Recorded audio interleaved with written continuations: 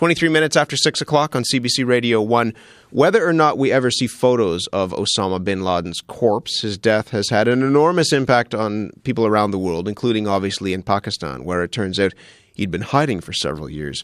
It's also being widely discussed in this city, where many Pakistani Canadians are contemplating what his death will mean for their homeland. For some insight on that, I'm joined by Azmi Haq. Born in Lahore, former aide to the late Prime Minister Benazir Bhutto, Azmi now lives and works here in Toronto as an international political strategy consultant and is with me in studio. Azmi, good morning. Good morning, man. What were your first thoughts when you heard about this, that Osama bin Laden had been found and then subsequently killed in Pakistan? Well, relief. That was the first thing. Okay, this is over. He's gone. But the second, more important thought was, why did it take 10 years? He was found in the backyard, and nobody knew that he was there. And I think that question is disturbing on a global scale now. Nobody knew that he was there, or people did know that he was there and didn't say anything. And those questions are now being asked in a forceful way, that who knew? Was it the system or the system within the system? So what would be the worst case scenario? And this is the question that friends of mine within the Pakistani community here are talking about. Would it be worse if the Pakistani government actually knew that he was there and didn't take any action, or that they didn't know that he was there, that he was just in some compound and they thought it was some other rich person?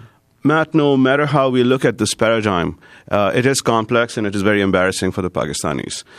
It is very embarrassing for the nascent democracy there because people do believe that President Zardari and his government, they may have their flaws, but they are strong allies of the international community. And if it was in their knowledge, they would have definitely cooperated. People also understand that it is not a democracy that seems to be fully in control of all the apparatus.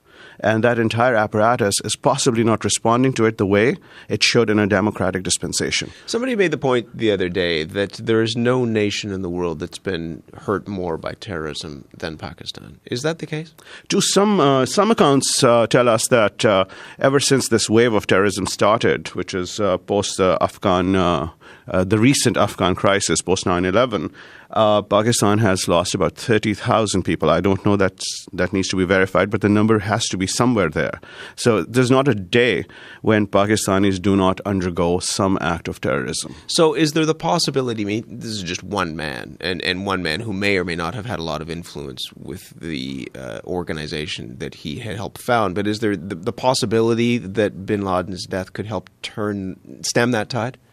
Well, it's a symbolic victory. It's a symbolic victory for the victims, for Pakistani society, for international society. So the message is loud and clear that, no matter where you are and how you hide, you ultimately get hunted down. And that's a good message. That's a strong message, and that needed to be delivered. And I think it will stand registered. What do people in the diaspora, if I can put it that way, want? I mean, out of this, what are they looking for from their government to ensure that Pakistan gets back on the right track and ceases to be what a lot of people have been terming a failed state?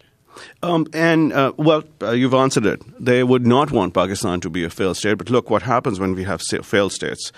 In Afghanistan, which is a smaller country with a much smaller population, it failed at Pakistan's doorsteps and destabilized Pakistan. Imagine if a country of 180 million people fails at India's doorsteps. What would that mean for India and for the international community? So are there people who are in the community here who can actually do anything to influence the course of change in that country?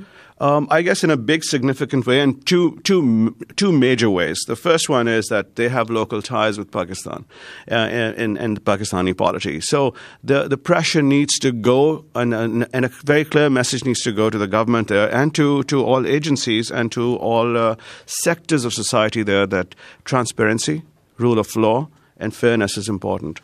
And I think that when rule of law is not respected by institutions, we get into situations similar to what we saw in the bin Laden case, where you have this huge, big global criminal hiding in one's backyard, and nobody knows what was happening. What do you make, finally, just of the fact that the story around this seems to be changing, not day by day, but sort of hour by hour, that the narrative around what happened when they found bin Laden seems to be evolving, to say the very least. Well, as the hoopla settles down here in the Western world, where we have more rule of law and more scrutiny, and we are more sensitive to rights. Issues like was he armed? Did he resist? Where are the photos? Give us more proof. And we see that now those issues are emerging.